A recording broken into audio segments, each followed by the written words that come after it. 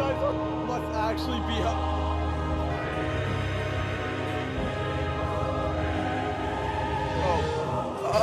Oh, God!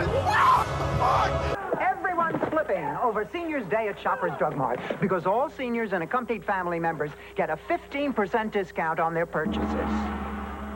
And even if you're a little younger, we'll look the other way. There are prizes, free refreshments, in-store specials, fun for everyone. And enter the draw for the Seniors Day Hawaiian Holiday Contest. You could win our grand prize, a 16-day escorted tour for two to beautiful Hawaii. Sushi anywhere?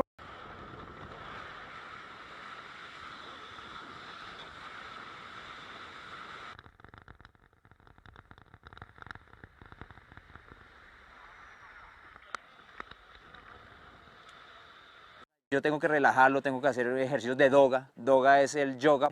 Va a estar muy activo, va a estar pendiente de las cosas, pero sin estar estresado. Las fuerzas puedan llegar. Entonces, en ciertas ocasiones se vio la necesidad que los perros de diferente especialidad, ya sea la especialidad que sea, generalmente explosivos o de rescate, tuvieran que llegar a esas zonas.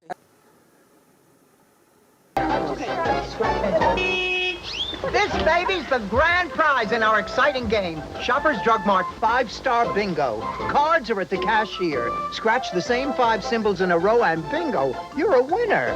Fabulous prizes are on every card, like Doritos, Pizza Delight, Pepsi, or Swatch. Plus a chance for one of 3 1991 Escort LXs. Traffic jam in aisle 3. Are you hangry? Want me to feed you?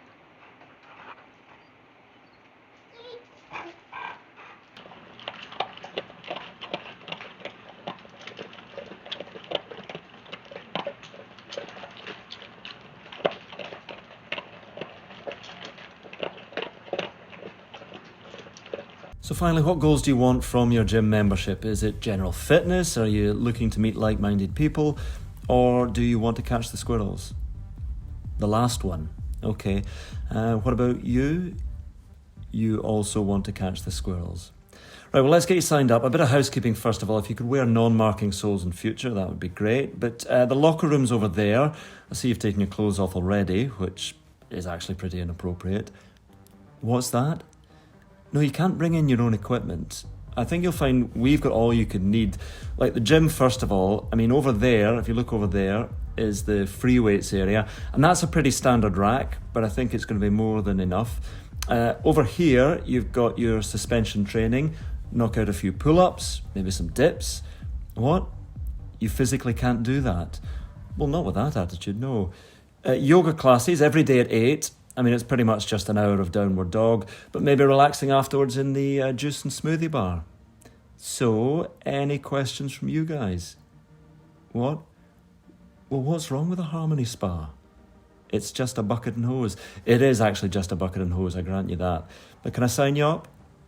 Well, you've got your basic silver package, $100 a month. That's pretty much just me holding a biscuit in front of your nose on a treadmill. Gold at $150, which is everything here, all the facilities, yeah. Or your platinum package, $200 a month, and that is these 2 rubber balls. Excellent, platinum it is. So if you could sign here, I'll sign for you, you're pretty busy. So good to have you on board. Ah, I see you found the swimming pool. Yeah, enjoy it. How's my boy? Oh, you're a good boy. You're a good boy. Oh, he was a good boy. He's a good boy. Thank you. Come on, I got so many good boys. He was a good boy. Oh, yes. Oh. He's so cute. Who is he? Oh, yeah. Konnichiwa. Konnichiwa. Konnichiwa. Konnichiwa. Oh, baby. Oh, yeah. I think it's the... You're a good boy. Wait.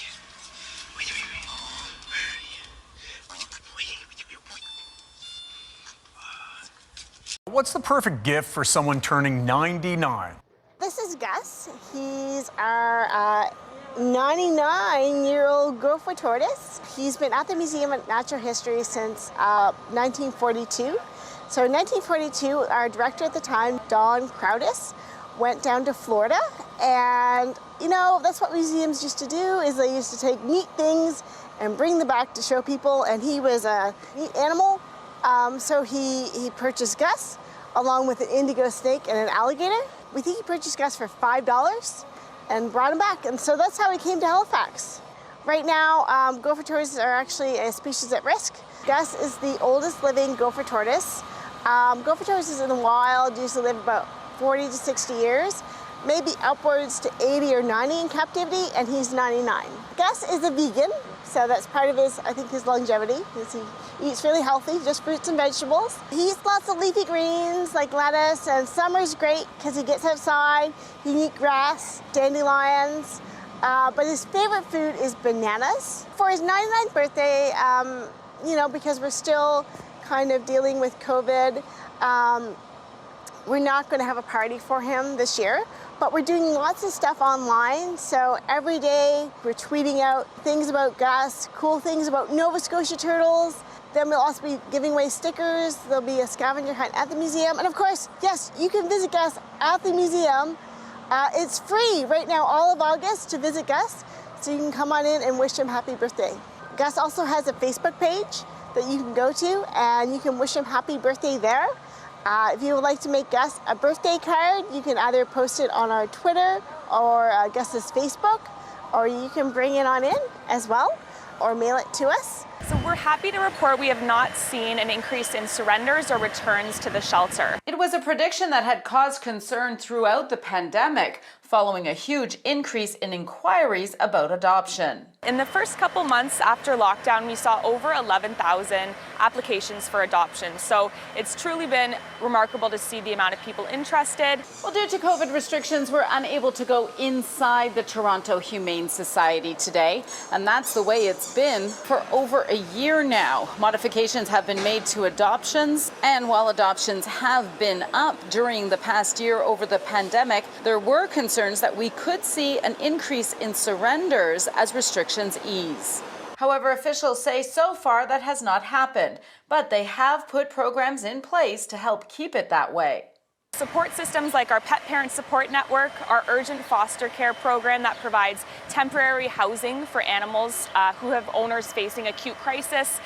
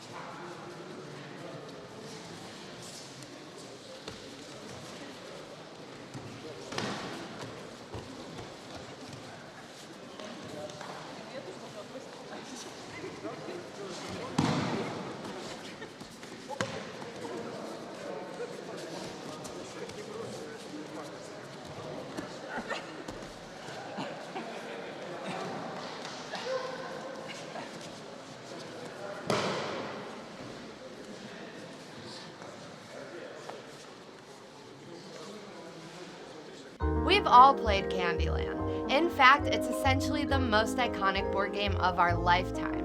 It dominated the market for over 70 years, whether you love it, loathe it, or pretend to love it for your kids, or pretend to loathe it in front of your friends. But behind the bright rainbow squares and Jolly's bright purple cheeks is a bunch of sad 50s kids with greaser haircuts and polio. Wait a minute, what? Nostalgia. Under the microscope. That's right. During the heart of the polio epidemic in America in the 1940s and 50s, Elliot Abbott, a retired school teacher recently diagnosed with polio, spent much of her time in the children's polio ward in a San Diego hospital. She really felt for the children and how isolated they were, so she was inspired to make a game that could comfort them and keep them entertained while they were stuck in bed. Thus, she created Candyland, a game anyone could enjoy. Bright colors, fun, warm characters, except Lord Licorice. We did not vibe. And finally, no math. It became a hit in the Children's Polio Ward and eventually spread to all the younger hospital patients who contracted the joy. They were all like, "Wow, did you see the game that the older lady who hangs around us kids made up? It's a game about candy." Gee, that sounds swell. Do you actually get candy? I love candy. We never get actual candy in the hospital. No, we don't get candy, but you could collect characters that represent candy.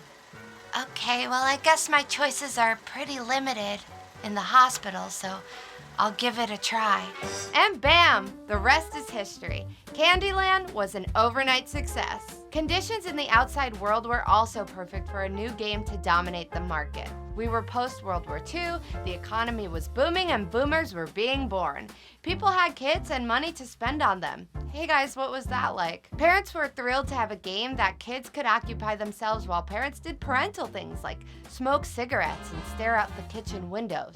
You know, like adults. The game was purchased by Mattel only a year after its inception and was an instant classic. Since the polio epidemic was still happening, kids congregating in public spaces such as parks and pools were off the table, and Candyland was on it. Sound familiar? I mean with like Xbox instead of Candyland, but still. While Mattel never marketed to kids with polio or mentioned its past, Abbott never lost sight of the vision she had, and she donated all the proceeds from her royalties to kids in need. That is prime Queen Frostine behavior. Yeah, she was a real one. To this day, Candyland still sells over 1 million games a year and constantly goes through redesigns. The Toys R Us in Times Square was even decorated with Candyland characters and themes until they lost their rights in 2006. And then their money. And then their store. Candyland even had an animated direct-to-DVD movie released in 2005 called Candyland: The Great Lollipop Adventure.